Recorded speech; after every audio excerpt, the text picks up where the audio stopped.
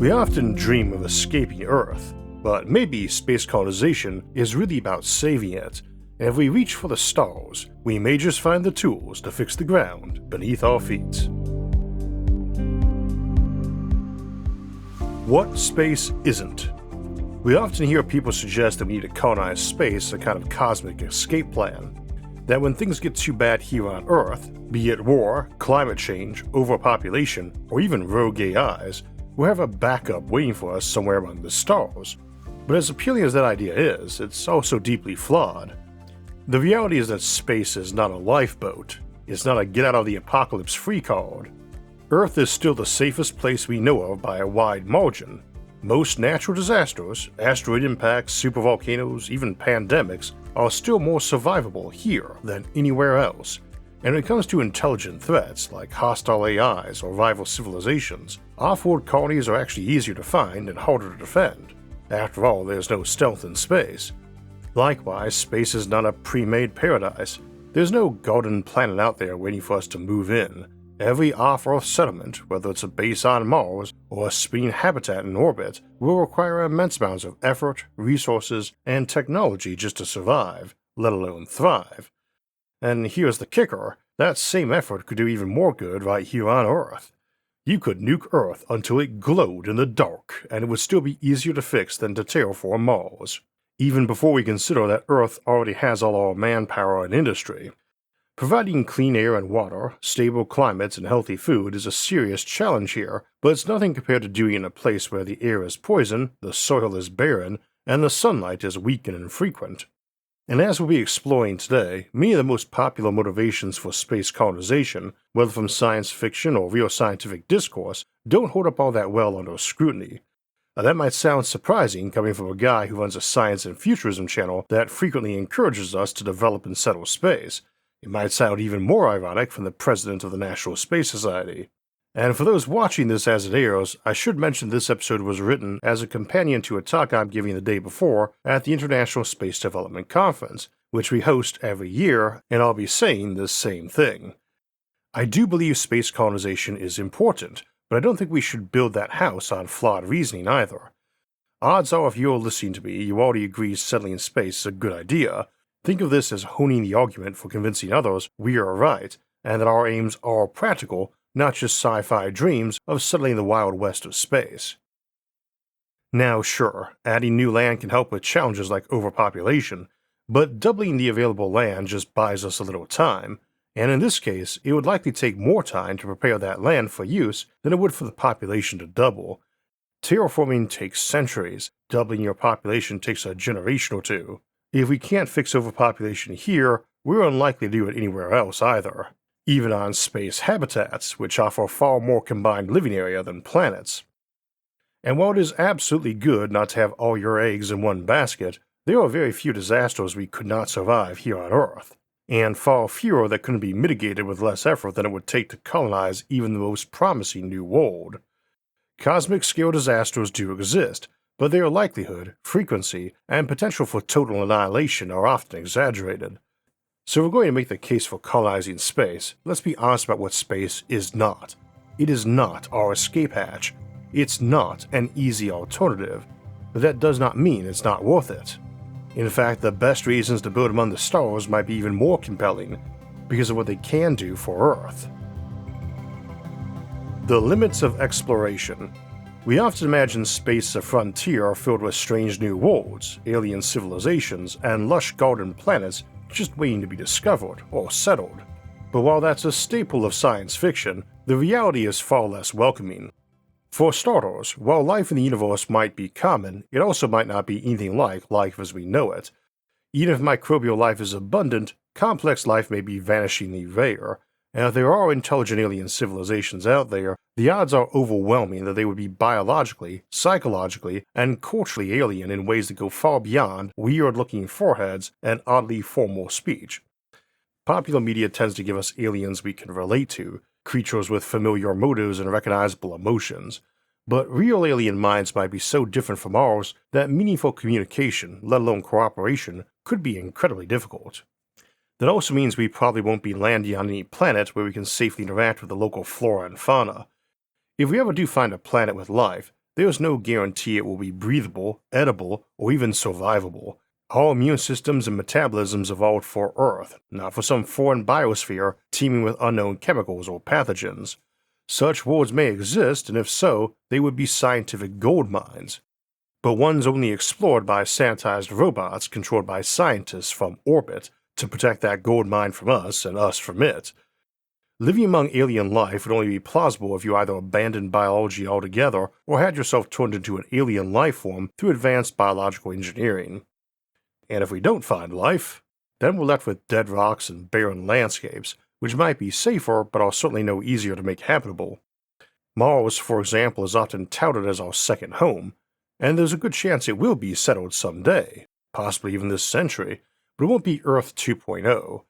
Terraforming Mars would be an immense and centuries-long undertaking, and in the meantime, living there would mean surviving in sealed habitats, battling radiation, and relying entirely on Earth or orbital infrastructure for survival.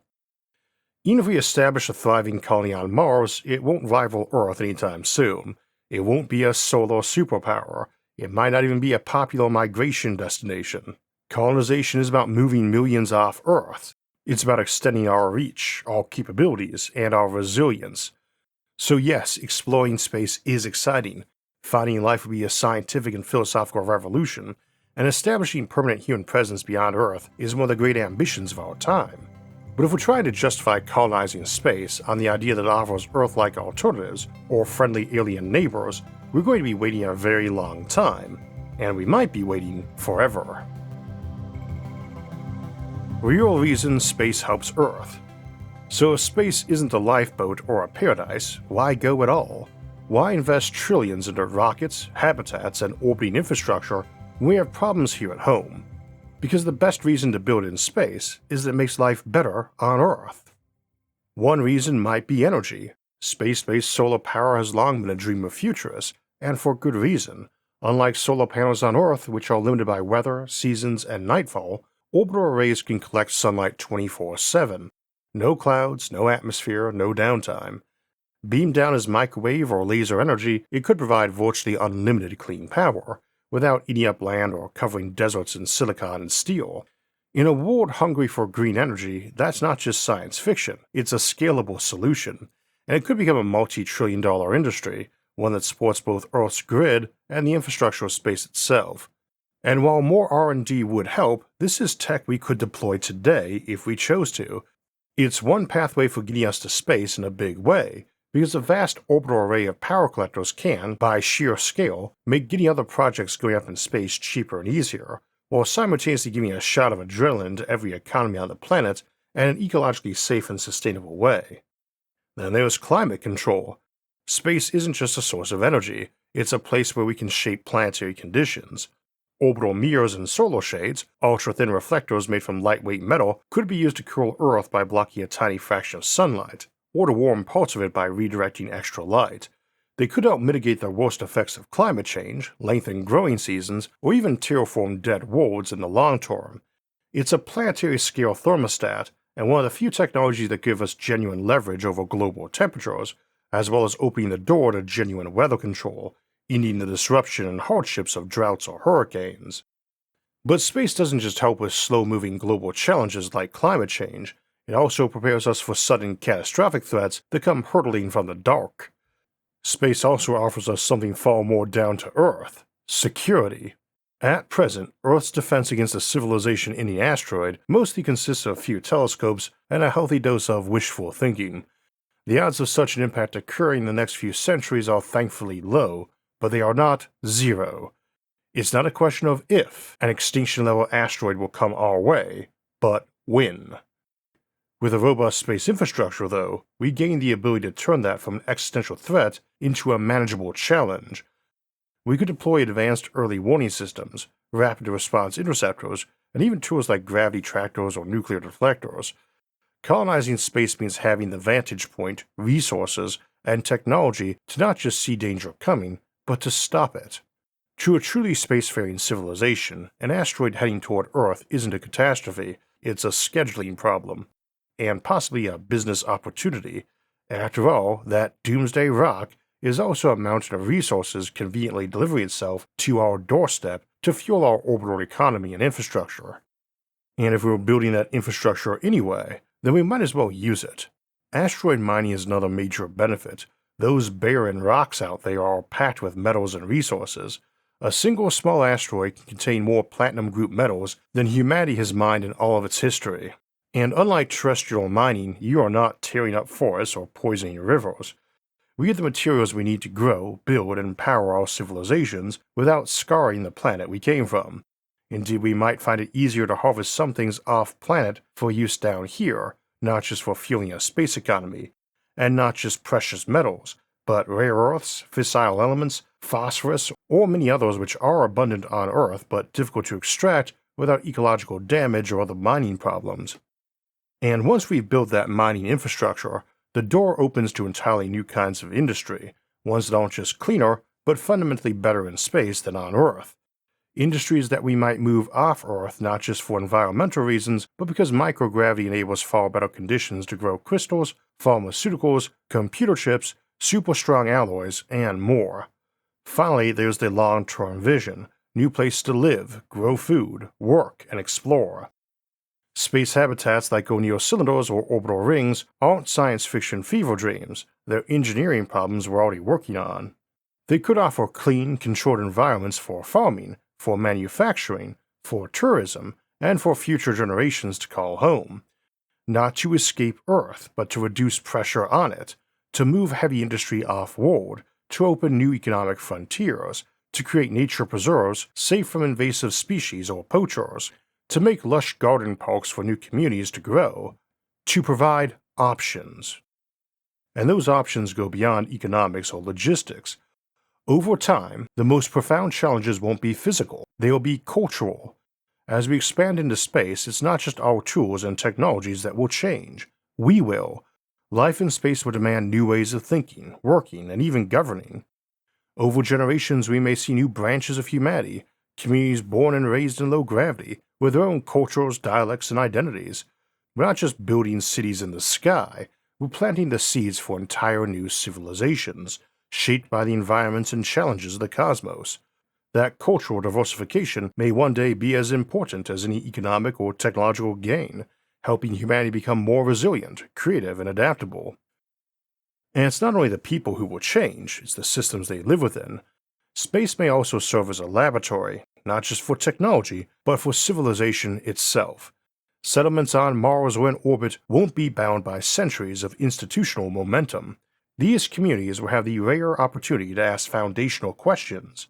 What laws do we want? What rights are universal? How should power be shared?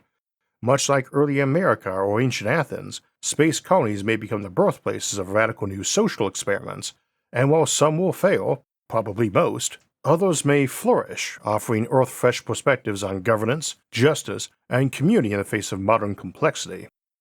These experiments won't replace what we have on Earth, but they might help us improve it, because the truth is, space doesn't take away from Earth, it gives back. It gives us clean power, it gives us tools to stabilize our climate, it gives us protection from existential risks, and a treasure trove of resources waiting to be tapped. And it gives us the breathing room to grow, not just outward but upward. And not just in numbers, dividing like an amoeba, but to grow ourselves as individuals too. And we do not have to wait centuries for these benefits. Even modest investments in space infrastructure today, like reusable launch systems, orbital platforms for satellite repair, or autonomous robotic manufacturing, are already driving innovation here on Earth. They make terrestrial industries more efficient, reduce costs, and create high-tech jobs long before anyone sets foot on Mars. Space is not just the future, it's already reshaping the present. For space tech to help us both off-world and back on Earth, we need to be able to survive journeys that may last years in space, and our key to making those journeys might be water, which is so abundant on Earth, but hard to find in so many other places. In our latest exclusive episode, Fishbowl Starships, we look at how water, our oldest life support system, might serve as shielding, insulation, and a stabilizing mass for future deep space vessels. It's designed that protects not only human explorers but also ecosystems, making space safer for long-term habitation. You can watch Fishbowl Starships exclusively on Nebula, where I post all my content early, ad-free, and with episodes that never appear on YouTube.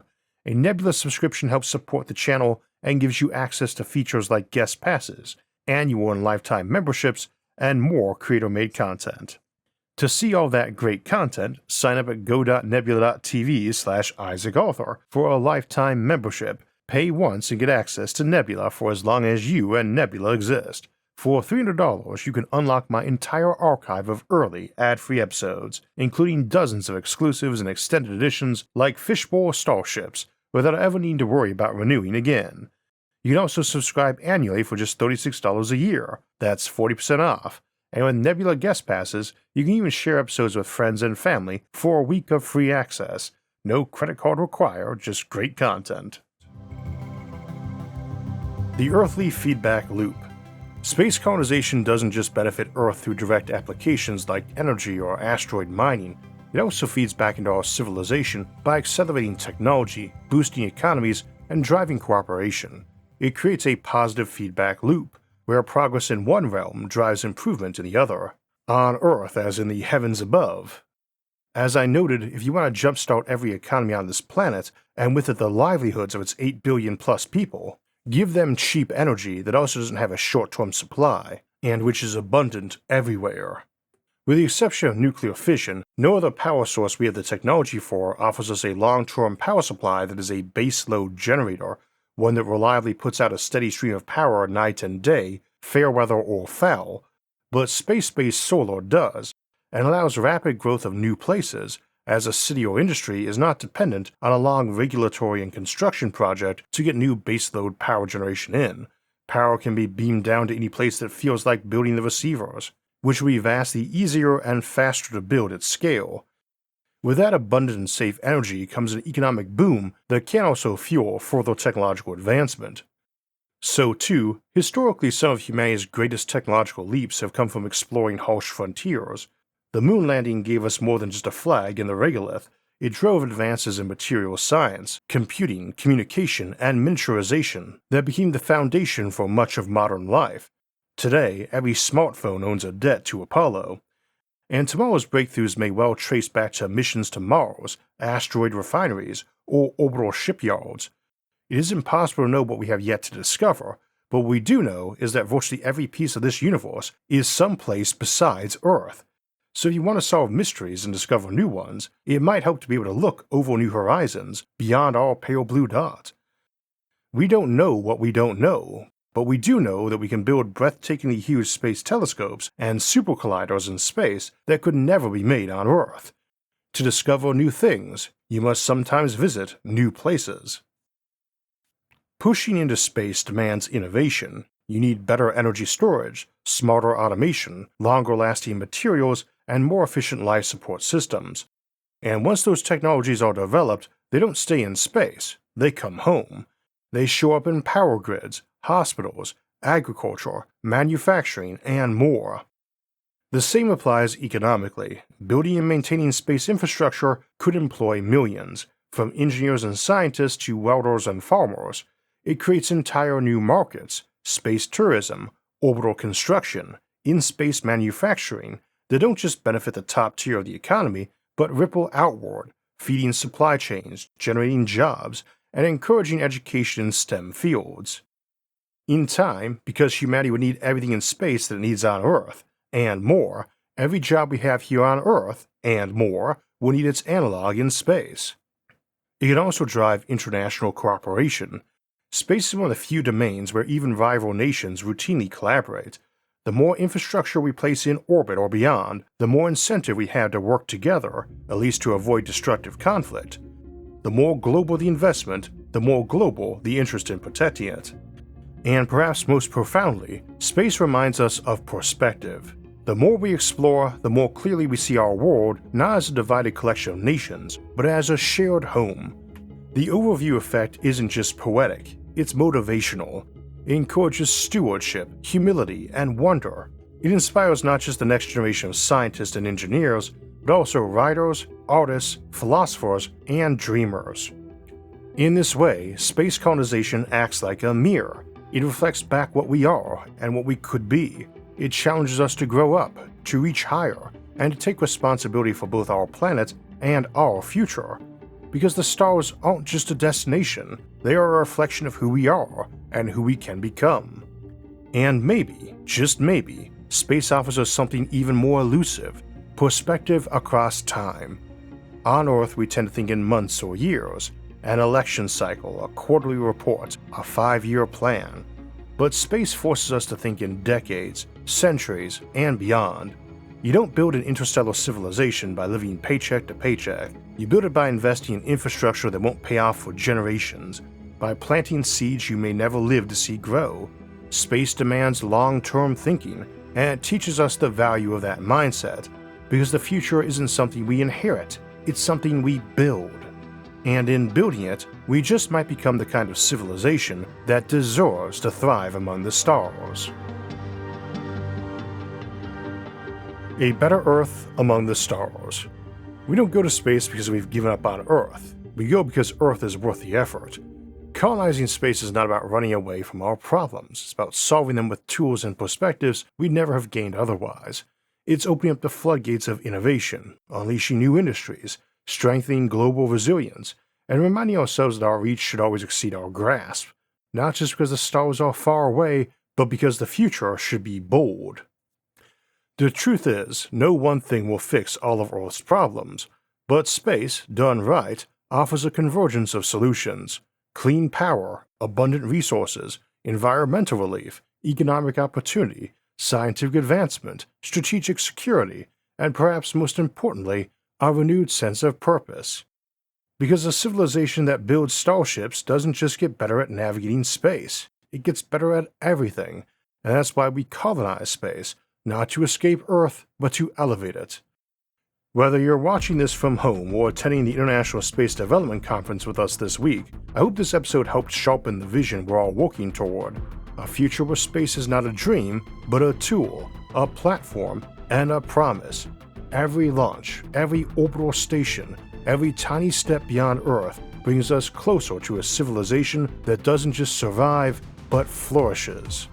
Moving out to bring life and new communities to billions and billions of worlds, all the way to the galaxy's edge, and perhaps beyond.